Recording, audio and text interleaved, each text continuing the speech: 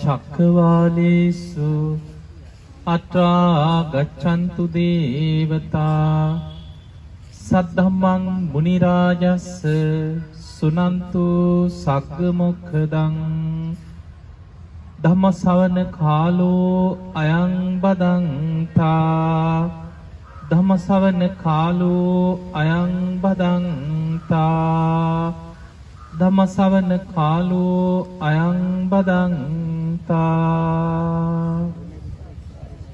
නමෝ තස්ස භගවතු අරහතු සම්මා සම්බුද්දස්ස නමෝ තස්ස භගවතු අරහතු සම්මා සම්බුද්දස්ස නමෝ තස්ස භගවතු අරහතු සම්මා සම්බුද්දස්ස වාසනාවන්ත පින්වතුනි අපි කවුරුත් අද කිමිදිරි උදෑසනින් ඔබ මේ ජේතවන පුණ්‍ය භූමිය පුරා ඇවිද යමින් කුටියෙන් කුටිය ඒ මහරහතන් වහන්සේලා මේ බුද්ධ ශාසනයේ සෝභමාන කළ ඒ උතුම් මහරහතන් වහන්සේලා වැඩ සිටි කුටි අපේ බුදුරජාණන් වහන්සේ වස් කාල 19ක් වැඩ සිටිය සුගන්ධ කුටිය බුද්ධ දේශනා අතර වැඩිපුරම දේශනා ප්‍රමාණයක් දේශනා කරපු ධම්සභා මණ්ඩපය මේ උතුම් බුද්ධ භූමිය බොහෝම ශ්‍රද්ධාවෙන් වන්දනා කරගත්තා. අපේ බුදුරජාණන් වහන්සේ විතරක් නෙමෙයි මේ ලෝකේ මේ විශ්වයේ යම් තාක් බුදුරු පහළ වුණාද ඒ සියලු බුදුරජාණන් වහන්සේලා වැඩිම කාලයක් වැඩ සිටින භූමිය තමයි සවැත් නුවර ජේතවන පුණ්‍ය භූමිය. හැම බුද්ධ ශාසනයකම මේ භූමියම මිලදීලා ගන්න, මේ භූමියේම ආරාමයක් කරවන්න, මේ භූමියේම බුද්ධ ශාසනය වෙනුවෙන් පූජා කරන්න පාරමී පුරාගෙන කල්ප ලක්ෂයක් පෙරම් පුරාගෙන එන කෙනෙක් ඉන්නවා.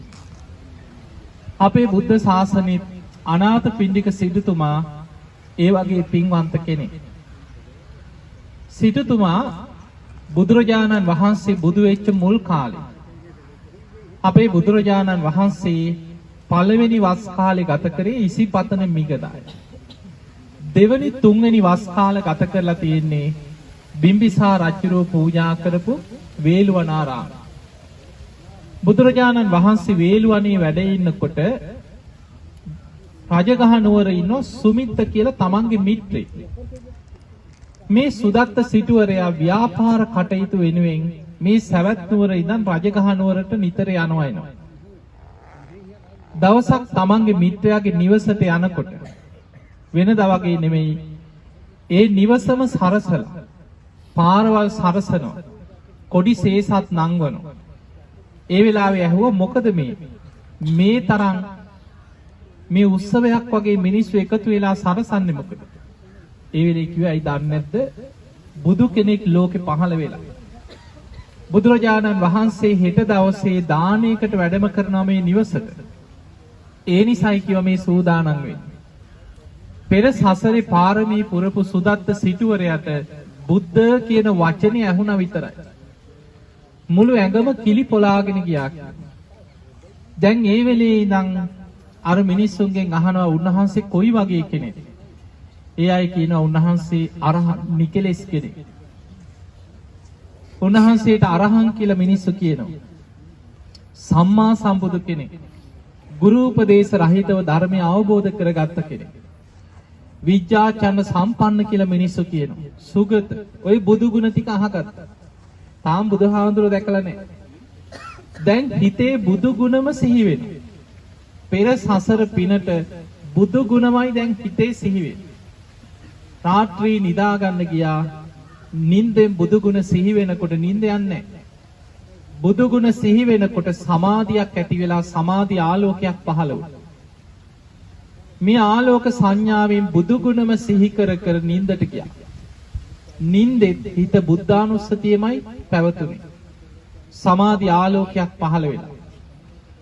හිතාගත්ත මම බුදුරජාණන් වහන්සේ උදෑසන අවදි වෙලා බුදුහාමුදුරුවෝ වඩින්න කලින් වේළුවනාරාමයට ගිහිල්ලා බුදුරජාණන් වහන්සේව දකින්න. මහා රාත්‍රී ඇස්සැරලා බලනකොට පරිසරයේම එළිය වෙලා පේනවා. අර සමාධි ආලෝකය නිසා අඳුර දුරු වෙලා ආලෝක සංඥාව පහළ වෙලා. බුදු ගුණ සිහි කර කරම උදේ පාන්දරම පිටත් වෙලා වේළුවනාරාමේ පැත්තට බුදු ගුණ හිත හිතා ගියා. මෙහෙම යන්නේ මේ පාන්දර. හැබැයි සමාධි ආලෝකයෙන් පරිසරය එළිය වෙලා පේනවා. මගදුරක් යනකොට පය පැකිලිලා වැටෙන්න ගියා. සමාධිය බිඳුණා.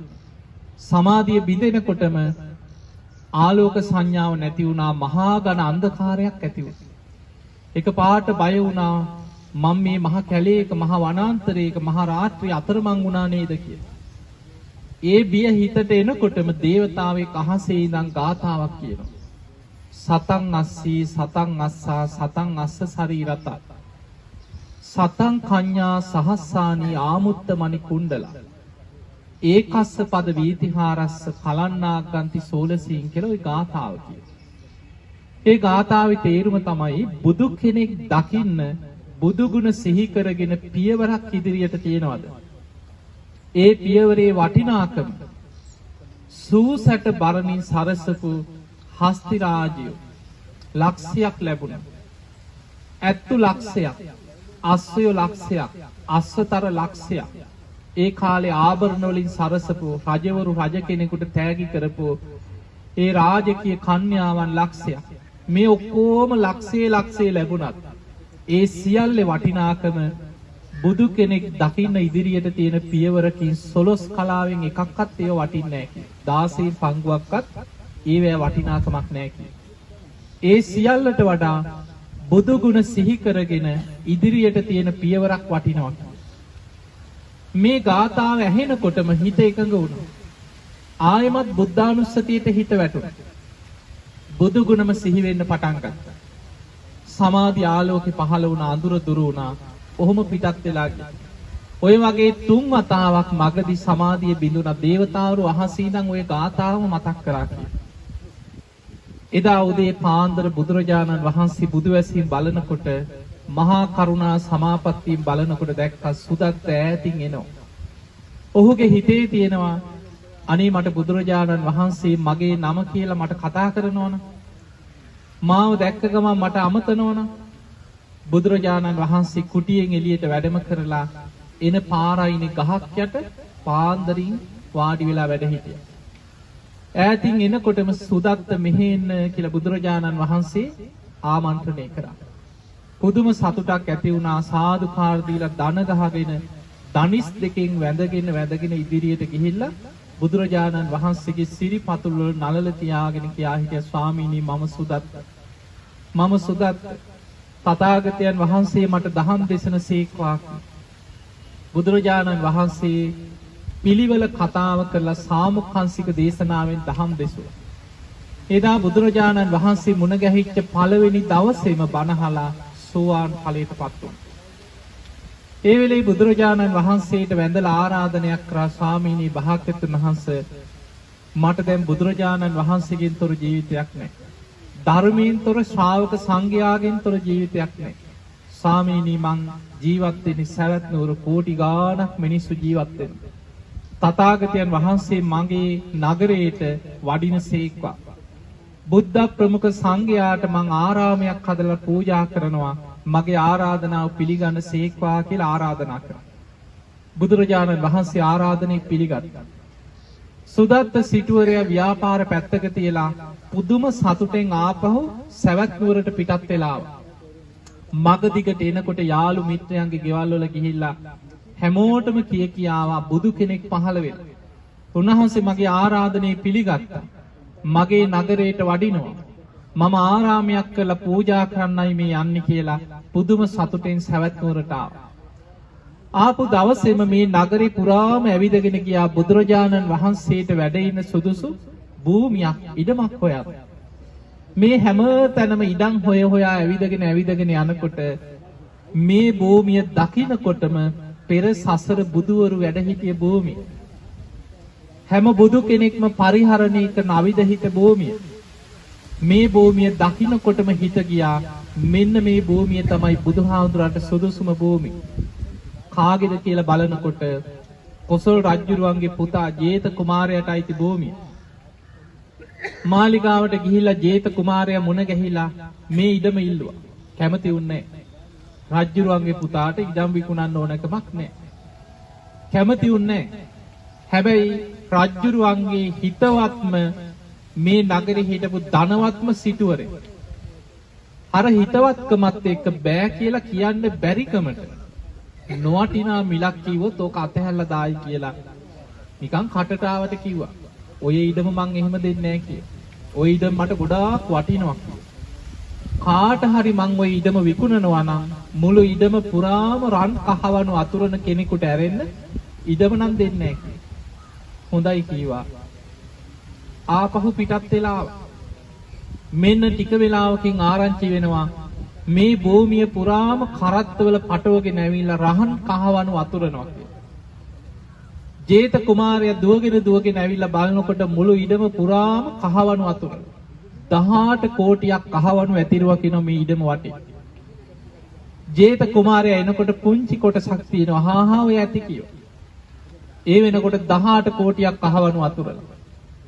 කහවණු 18 කෝටියක් අතුරලා තමයි බුදුරජාණන් වහන්සේ වෙනුවෙන් මේ ඉඩම මිල දීලා ගත්තා. තවත් 18 කෝටියක් වියදම් කරා කුටි සෙනසුන් නිදි කරා. බුදුරජාණන් වහන්සේට සුගන්ධ කුටිය හැදුවේ වහල 7කින් කියනවා. සත් මහල් ප්‍රාසාදය. ඒ කියන්නේ තට්ටු 7ක් නෙමෙයි. වහල 7. ඒ වහල 7 සතර දිසාවෙන් සුළං හමනකොට ඒ හැම පැත්තෙම හුළඟ ඇතුළට ඇවිල්ලා සුදු හඳුන් ලියෙන් තමයි වහල හැදුවේ. බුදුරජාණන් වහන්සේගේ කුටිය හැම වෙලාවෙම සුදු හඳුන් සුවඳ හමන විදිහට සුදු හඳුන් සුවඳ එන විදිහට වහල 7කින් යුක්ත සුගන්ධ කුටියක් හැදුවා. බුදුරජාණන් වහන්සේට සක්මන් මළු මහරහතන් වහන්සේලාට වෙන වෙනම කුටි සෙනසුන් ඒ වගේම ධම්සභා මණ්ඩපේ දානශාලා මේ විදියට අංග සම්පූර්ණ ආරාම සේනාසනයක් මේ භූමියේ ඉදි කරා. ඒ වෙනුවෙන් 18 කෝටියක් වියදම් කරා කියලා. ඊළඟට මේ අංග සම්පූර්ණ ආරාමේ හදලා අවසන් වෙලා තවත් 18 කෝටියක් අයින් කරා. ඒ තමයි බුද්ධ ප්‍රමුඛ මහරහතන් වහන්සේලා වඩම්මලා මේ භූමියේ සංඝ සතු කරලා පූජා කරන පින්කමට. එදා මේ නගර ඔක්කොම සැරසුවා කියන. පාරවල වල සුදු වැලි අතුරලා කොඩි සේසත් දජ පතාක නංවල හැම තැනම දන්සැල් දැම්මා. තුන් මං හන්දි හතර මං හන්දි මේ නගරේ හැම තැනම මිනිස්සුන්ට කන්න බොන්න දන්සැල් දැම්මා. ඒකනේ අනාථපිණ්ඩික කියන්නේ ඇත්ත නම් මොකද්ද? සුදත්ත. මිනිස්සුන්ට අනාථයන්ට නිතර දන් දෙනවා. දුගී මගේ යාචකයන්ට දන් දෙන නිසා තමයි අනාථ පිණ්ඩික කියන්නේ. කෝටි ගාණක් වියදම් කරලා ඉදා මේ නගරෙම ඉන්න මිනිස්සුන්ට කන්න බොන්න දුන්නා. බුද්ධ ප්‍රමුඛ මහරහතන් වහන්සේලා විශාල පිරිසක් පෙරහැරින් මේ භූමියට වඩම්මගෙන ආවා. එදා බුදුරජාණන් වහන්සේ මේ භූමියට වඩම්මලා රන් කෙන්ඩියකින් බුදුරජාණන් වහන්සේගේ ශ්‍රී හස්තයට පැන් වක් කරලා මේ භූමියත් සියලු ගොඩනැගිලි බුද්ධ ප්‍රමුඛ මහා සංඝයාට සංඝ සතු කරලා පූජා කරනවා කියලා මේ භූමිය බුද්ධ ශාසනයට පූජා කරන්නට යෙදුණා. ඒ වෙනකොට මේ භූමිය වෙනුවෙන් සම්පූර්ණ වැය කරපු මුදල 54 කෝටියක් කියනවා. අනාථ පිණ්ඩික සිටුතුමා බුදුරජාණන් වහන්සේට මේ භූමිය පූජා කරාට පස්සේ සිටුතුමා උදේ දවල් හවස බුද්ධෝපස්ථාන ගැන හැම වෙලෙම හිතනවා. නිතර බුදුරජාණන් වහන්සේ මුණ ගැහෙන්නේ නෝ. ඇවිල්ලා මේ ආරාමේ අඩුපාඩු හොයලා බලනවා. භික්ෂුන් වහන්සේලා ගැන හොයලා බලනවා. මෙහෙම කාලේ ගත වෙනකොට දවසක් අනාථ පිණ්ඩික සිටුතුමා දැක්කා බුදුරජාණන් වහන්සේව බලන්නේ ඈත පළාත් වලින් මිනිස්සු එනවා යොදුන් ගණන් ගෙවාගෙන ඉන්නේ. හැබැයි බුදුරජාණන් වහන්සේ වස් පවාරණය කරලා චාරිකායි වැඩලා සංඝයා පිරිවරාගෙන ගම් නියම් ගම් පුරා චාරිකායි වැඩලා අර ඈත ඉඳන් එන මිනිස්සු මල් පූජා ද්‍රව්‍ය බුදුහාඳුරන්ට පූජා කරන්න පිරිකර අරගෙන එන මිනිස්සුන්ට බුදුරජාණන් වහන්සේ දකින්නේ. මේ භූමියට ආවට පස්සේ ආරංචි වෙනවා තථාගතයන් වහන්සේ චාරිකායි වැඩලා. ඒ මිනිස්සු හැඬුව කඳුලින් අනේ අපේ අවාසනාව අපිට බුදුන් දකින්න නැති වුණා. අපි ගෙනාපු දෙයක් අපිට බුදුහාමුදුරන්ට පූජා කරගන්න බැරි වුණා කියලා ඒ මිනිස්සු ගෙනාපු මල් පූජා ද්‍රව්‍ය තැන් තැන් වල දාලා බොහොම දුකසේ ආපහු පිටත් වෙලා යනවා. මේක බලාගෙන ඉඳලා සුදත්ත සිටුවරේ ආනන්ද හාමුදුරුවෝ මුණ ගැහිලා කියනවා ස්වාමීනි ආනන්දයන් වහන්සේ බුදුරජාණන් වහන්සේ විවේකයෙන් වැඩ ඉන්න වෙලාවක් බලලා තථාගතයන් වහන්සේගෙන් අහලා දැනගන්න බුදුරජාණන් වහන්සේ මේ ජේතවන භූමියේ වැඩ සිටියත් නැතත් හැමදාම බුදුරජාණන් වහන්සේ වැඩ ඉන්නවා වගේම මිනිස්සුන්ට සද්ධාවෙන් වන්දනා කරන්න පූජනීය දෙයක් මේ භූමියේ සකස් කරන්න හරි ඉදි කරන්න හරි තථාගතයන් වහන්සේගෙන් අවසර ඉල්ල ගන්න කියලා. ආනන්ද හාමුදුරුවෝ දන්නවා බුදුරජාණන් වහන්සේගෙන් යමක් අහලා දැනගන්න හැටි. දවසක් බුදුරජාණන් වහන්සේ විවේකයෙන් වැඩ ඉන්න දවසක ආනන්ද හාමුදුරුවෝ බුදුරජාණන් වහන්සේට වන්දනා කරලා අහනවා ස්වාමීනි භාග්‍යවතුන් වහන්සේ චෛත්‍ය වර්ග කීයක් තියෙනවද? බුදුරජාණන් වහන්සේ වදාළ ආනන්දේ චෛත්‍ය 3යි. ඒ තමයි ශාරීරික චෛත්‍ය, පාරිභෝගික චෛත්‍ය, උද්දේශික චෛත්‍ය. ආනන්ද හාමුදුරුවෝ අහනවා ස්වාමීනි භාග්‍යවතුන් වහන්සේ වැඩ ඉන්නකොට මේ චෛත්‍ය 3න් චෛත්‍ය කීයක් ඉදි කරන්න පුළුවන්? ආනන්දේ ශාරීරික ධාතුන් වහන්සේලා තැන්පත් කරපු ශාරීරික චෛත්‍ය ඉදි කරන්නේ බුදුරජාණන් වහන්සේලා පිරිනිවන් පෑවට පස්සේ. බුදු කෙනෙක් ජීවමානව වැඩ ඉන්නකොට බුදුරජාණන් වහන්සේ වෙනුවෙන් පාරිභෝගික පරිහරණය කරපු දේවල් තැන්පත් කළ චෛත්‍ය ඉදි කරන්න පුළුවන්. බුදුහාමුදුරුවෝ වෙනුවෙන් උද්දේශික චෛත්‍ය ඉදි කරන්න පුළුවන්. ආනන්දේ පරිහරණය කරපු දේවල් අතර ජයශ්‍රී මහා බෝධීන් වහන්සේ අග්‍රයි. ඒ බෝධීන් වහන්සේගේ බෝධි අංකුරයක් රෝපණය කරොත් බුදුරජාණන් වහන්සේ වෙනුවෙන් සිහි කරලා පාරිභෝගික ධාතුවක් හැටියට මිනිස්සුන්ට වන්දනා කරලා පින් කරගන්න පුළුවන් කියලා. ඒ වෙලාවේ ආනන්ද හාමුදුරුවෝ බුදුරජාණන් වහන්සේගෙන් මේ කාරණේ දැනගෙන තථාගතයන් වහන්සේට දැනුම් දුන්නා. බොහෝ පිරිස මේ ජේතවනයේට එනවා. බුදුරජාණන් වහන්සේව දකින්න විදිහක් නැතුව බොහොම දුකසේ පිටත් වෙලා යනවා. අනාථපිණ්ඩික සිටුතුමාගේ ඉල්ලීමක් තියෙනවා මේ භූමියේ බුදුහාමුදුරුවෝ වැඩ ඉන්නවා වගේ පූජනීය දෙයක් රෝපණය කරන්න. ඉදි කරන්න, සකස් කරන්න. එහෙමනම් ආනන්දය ජයශ්‍රී මහා බෝධියේ බෝ අංකුරයක් වඩම්මන්න කියලා. බුදුරජාණන් වහන්සේ වැඩ සිටිද්දිම ආනන්ද හාමුදුරුවෝ අවසර අරගෙන මුගලන් හාමුදුරුවගේ කුටියට ගියා. මොග්ගල්ලාන මහරහතන් වහන්සේ ඉර්ධිමතුන්ගෙන් අග්‍රයි.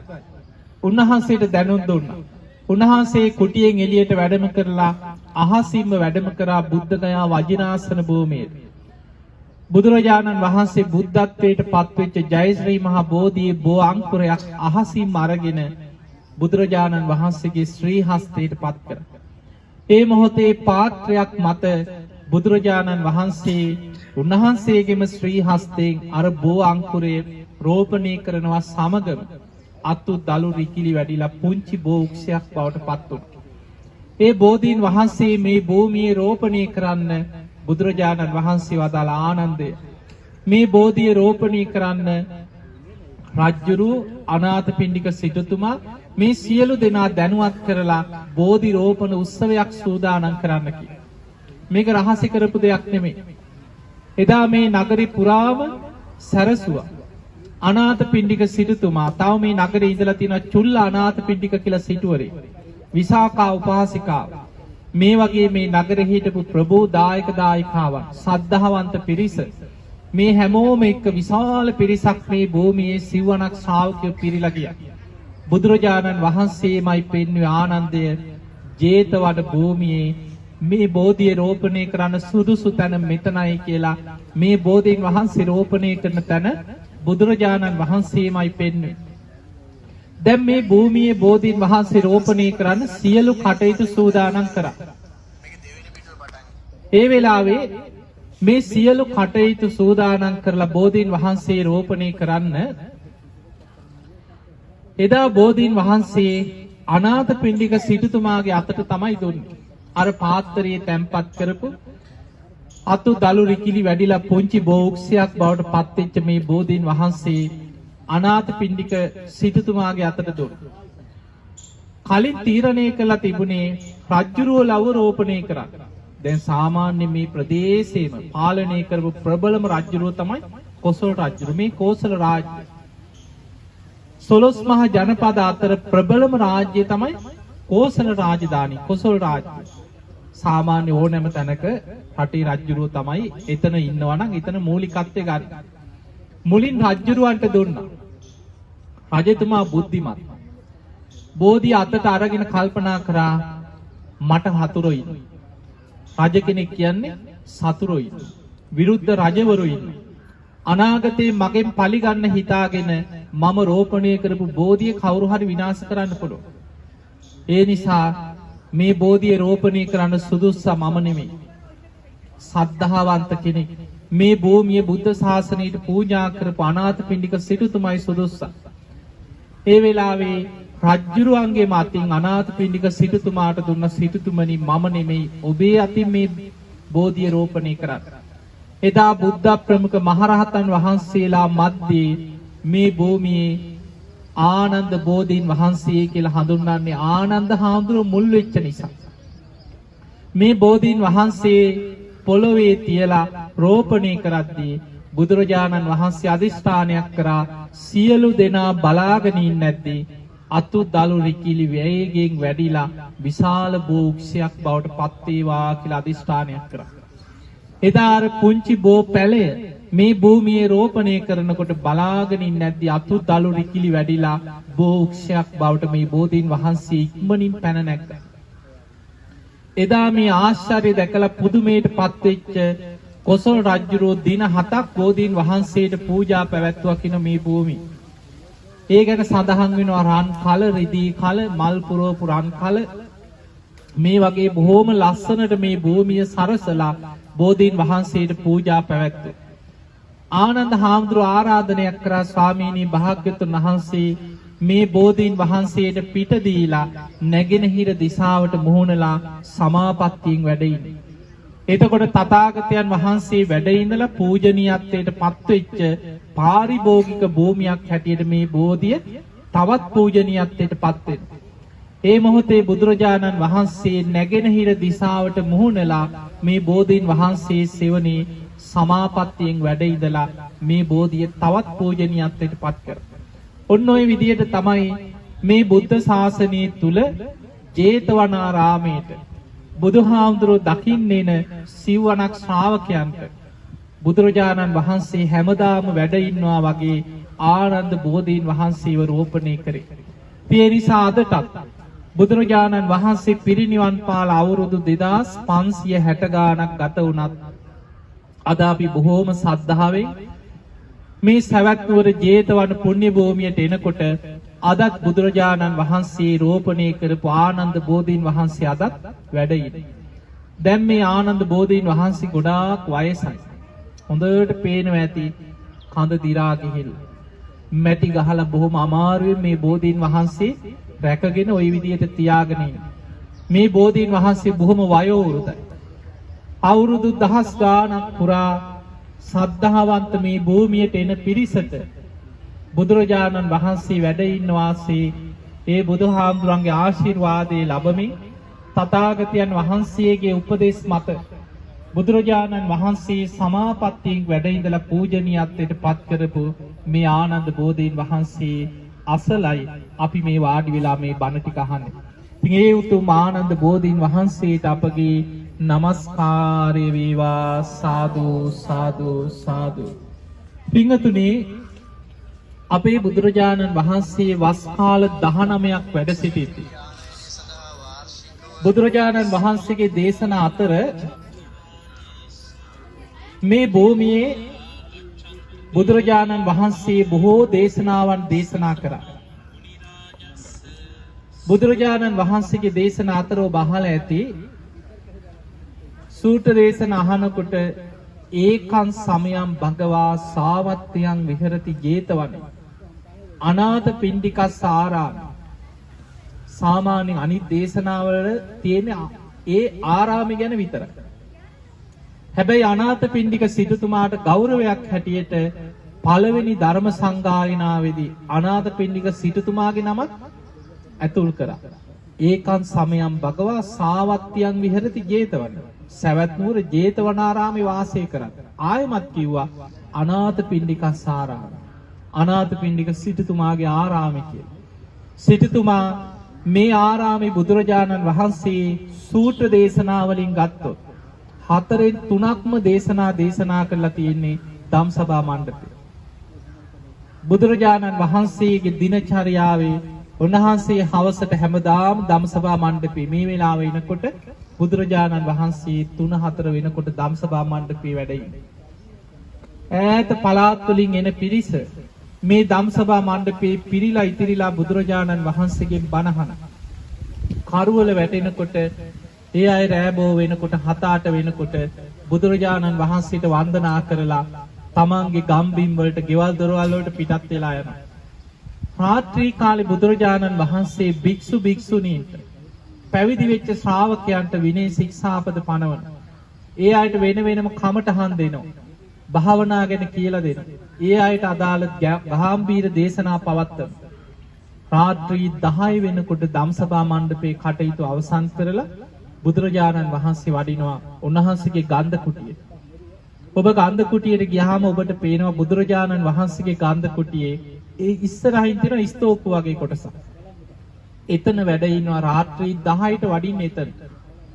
ඒ තමයි රාත්‍රී මැදියම් යාමේ රාත්‍රී 10 ඉඳන් පාන්දර 2 වෙනකන් පැය 4ක් වෙන් කරේ දෙවිවරුන්. මුළු මහත් ජේතවනයේම බබලවාගෙන පැමිණි දේවතාවෙක් බුදුරජාණන් වහන්සේගේ මේ විදිහේ ප්‍රශ්නයක් ඇහුවා මේ වගේ ප්‍රශ්නයක් ඇහුවා කියලා සංයුත්ත නිකායේ දේවතා සංයුත්තේ දේවපුත්‍ර සංයුත්තේ තියෙනවා 100 ගාණක් දේශනා. ඒ සියලු දේශනා බුදුරජාණන් වහන්සේගේ ගන්ධ කුටියට පැමිණෙන දේවතාවරු තමයි අහන්නේ. බුදුරජාණන් වහන්සේ පාන්දර 2ට තමයි සිංහසෙයියාවෙන් සැතපෙන්නේ.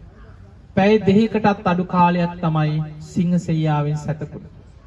මේ භූමිය තුල බුදුරජාණන් වහන්සේ වැඩ සිටීදී සිදුවෙච්ච කාරණා ගොඩාක් ඔබ නොයෙක් දේශනාවල අහලා ඇති. අපේ බුදුරජාණන් වහන්සේ මේ ආරාමේ වැඩ ඉන්නකොට මේ ප්‍රදේශයේ තිබුණා නිගණ්ඨාරාම, සංජය බෙල්ලට්ටි පුත්, අජිත කේසකම්බලි, කකුද කච්චායන, මක්කලි ගෝසාලි කීක ශාස්ත්‍රවලට කියාගත්ත විශාල පිරිසක් හිටියා. ඒ අයගේ පිරිස එන්නේ නඩු වුණා. මේ සවැත් නුවර කෝටි 7ක් හිටියා කියලා තියෙන ධම්මපද අට කතාව. දැන් අපිට ගත්තොත් ලංකාවෙම ජීවත් වෙන්නේ කෝටි 2කට ටිකක් වැඩි ජනතාවක්. සවැත් නුවර විතරක් ඉඳලා තියෙනවා කෝටි 7ක්. ඒක අපිට පේනවා ඉන්දියාව දිහා බලත්. අද ඉන්දියාවේ ඉන්නවා කෝටි 130කට ආසන්න ජනතාවක් මේ ඉන්දියාවෙම ඉන්න ජනතාව. චෙන්නයි නගරේ විතරක් කෝටි 5කට ආසන්න ජනතාවක් අද ජීවත් වෙනවා. එතකොට අපිට පේනවා මිනිස්සු මොනතරම් මේ ඉන්දියාව තුල බුදුහාමුදුරන්ගේ කාලේ කෝටි 5ක් 7ක් හිටියා කියලා. ධම්මපද අට කතාවේ සඳහන් වෙනවා බුදුරජාණන් වහන්සේ පිරිනිවන් පාන කාලේ එනකොට ඒ කෝටි 7න් කෝටි 5කට ආසන්න පිරිසක් මාර්ගඵලලාභීන් හැටියට ජීවත් වුණා කියලා. ඒකට හේතුව බුදුහාමුදුරන්ගේ ජීවිතයේ වැඩිම කාලයක් වැඩ සිටියේ ජේතවන. ඒ වගේමයි මේ අසල තියෙන සවැත් නුවර පූර්වාරාම. විසාඛාව කරලා පූජා කරපු තැන පූර්වාරාම. වස් කාල 6ක් වැඩ හිටියා පූර්වාරාම. ජේතවනී වස් කාල 19. එතකොට අවුරුදු 25ක්. බුදුහාමුදුරුවෝ බුදු වෙලා වැඩ හිටිය අවුරුදු 45න් 25ක්ම සවැත් නුවර ඇසුරු කරගෙනයි වැඩ හිටියේ. ඒ නිසා මේ නගරේ මිනිස්සුන්ට තමයි වැඩිපුරම වාග්ය වාසනාව උදා වුණේ බුදුරජාණන් වහන්සේගෙන් බණහන්. ඒ නිසා විශාල පිරිසක් මේ නගරේ මාර්ගඵල ලැබුවා.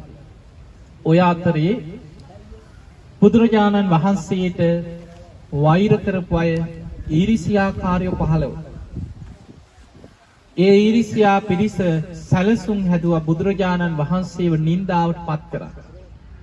ඒ අතරේ බුදුරජාණන් වහන්සේ මේ ධම්සභා මණ්ඩපේ දහම් දේශනකොට දහස් ගණන් පිරිස පිරීලා ඉතිරිලා යනවා. මේ නගරෙ හිටිය නගර සෝබිනී. මේ නගර සෝබිනී වන්නේ තීර්ථකයෝ යොදාගත්තා බුදුරජාණන් වහන්සේට නින්දා කරා. ඉස්ලාම කරේ සැලසුම් කරේ මුදල් දුන්නා බණහන්න යන්න. කවදාවත් බණහන කෙනෙක් නෙමෙයි. සුන්දරි. හැබැයි බණ අහන්න දැන් යනවා.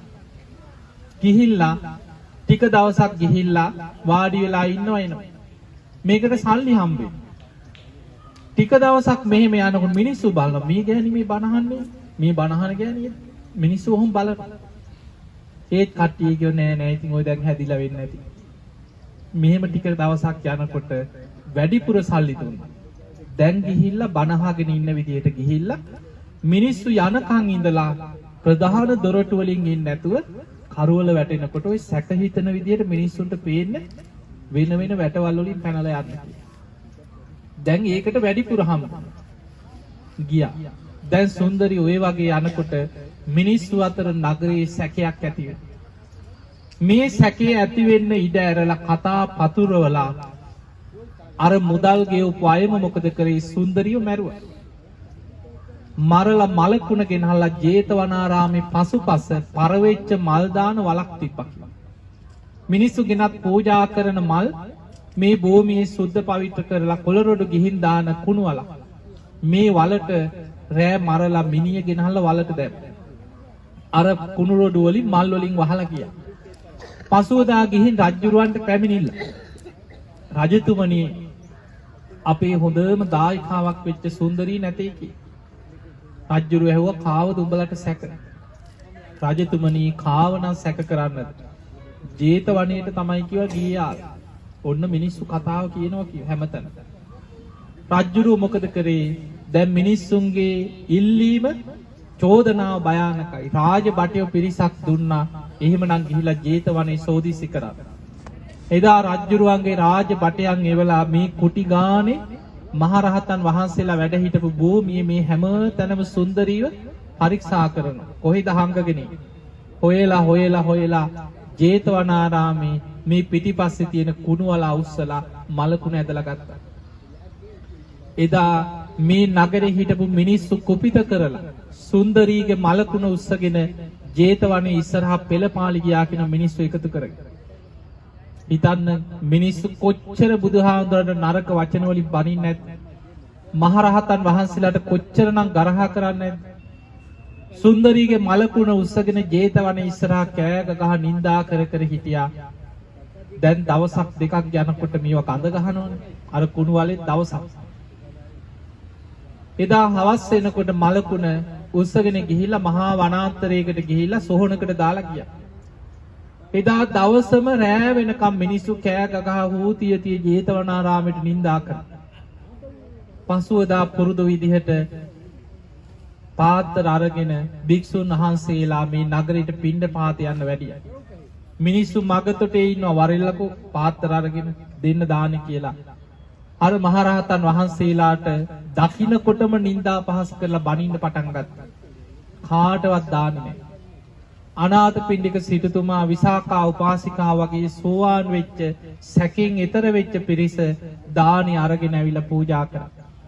බොහෝ භික්ෂුන් වහන්සේලා ගම් වලට පිණ්ඩපාතේ ගිහිල්ලා බැනුම් අහගෙන ආපහු ආව දානි නැහැ මිනිස්සු. දෙවනි දවසෙත් මිනිසුන්ට බැනුම්. තුන්වෙනි දවසේ බුදුරජාණන් වහන්සේ භික්ෂුන් වහන්සේලාට ගාථාවක් ඉගැන්නුවා. දවස් දෙකක් බැනුම් අහගෙන ආවා. අද බැන්නොත් මේ ගාථාව කියන්නේ. අභූතවාදී නිරයන් උපේති. යෝචාපි කତ୍වා නකරෝමීති චාහ. උබෝපිතේ පෙච්ච සමා භවಂತಿ නිහීන කම්මා මනුජා පවත්. මේක සත්‍ය ක්‍රියාව. බොරු චෝදනා කරන අයට, බොරුවෙන් නිନ୍ଦා අපහාස කරන අයට මේ ගාථාවෙන් උත්තර දෙන්න කියලා. අභූතවාදී නිරයන් උපේති. යමෙක් බොරු චෝදනා කරලා බොරුවෙන් නිନ୍ଦා අපහාස කරොත් සිල්වතෙකුට, ගුණවතෙකුට ඒ කාන්තෙන් ඒ අකුසලේ බලවත් වෙලා මරණින් මත්තේ අපාය උපදී. යෝචාපි කତ୍වා නකරෝමීති චාහ. යමෙක් වැරදි වැඩ කරලා සැලසුම් කරලා අපි කරේ නෑ, අපිම කරේ නෑ, අනේ අපි දන්නෙත් නෑ කියලා බොරුවට දිවුර. ඒ අකුසලෙත් බලවත් වෙලා ඒ අය ඒ කාන්තෙන් අපාය උපදී. උබෝපිතේ පෙච්ච සමා භවද. ඒ දෙගොල්ලොම අපායයකට දුක් විඳිනවා. නිහීන කම්මා මනුජා පවත්.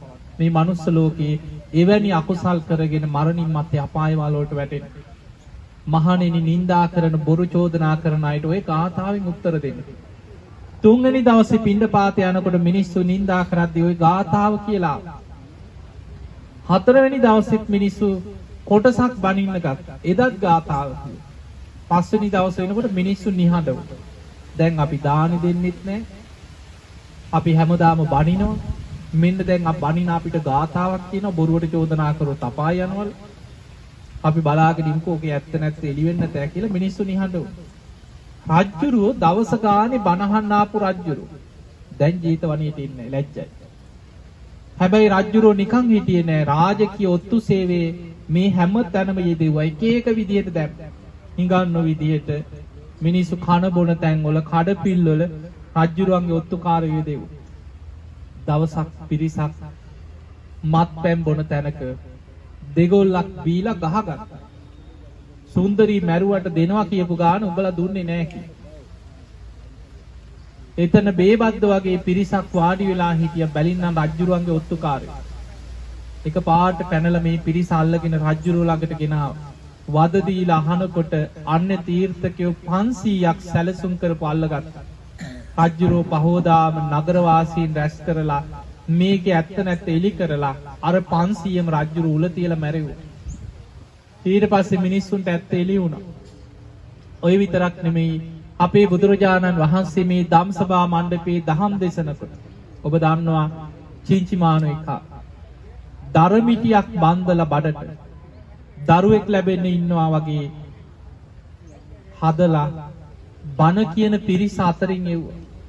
බුදුරජාණන් වහන්සේ දහම් දේශනකොට විශාල පිරිසකට එක පාට කාන්තාවක් බොහොම අමාරුවෙන් ඉනට අත තියාගෙන දරුවෙක් ලැබෙන්න ඉන්න අම්මා කෙනෙක් වගේ ඇවිල්ලා බුදුරජාණන් වහන්සේට නිඳා කරා. ඔය බණ කී ඉඳලා හරියනවද මේ දරුව ලැබෙන්න ළඟයි.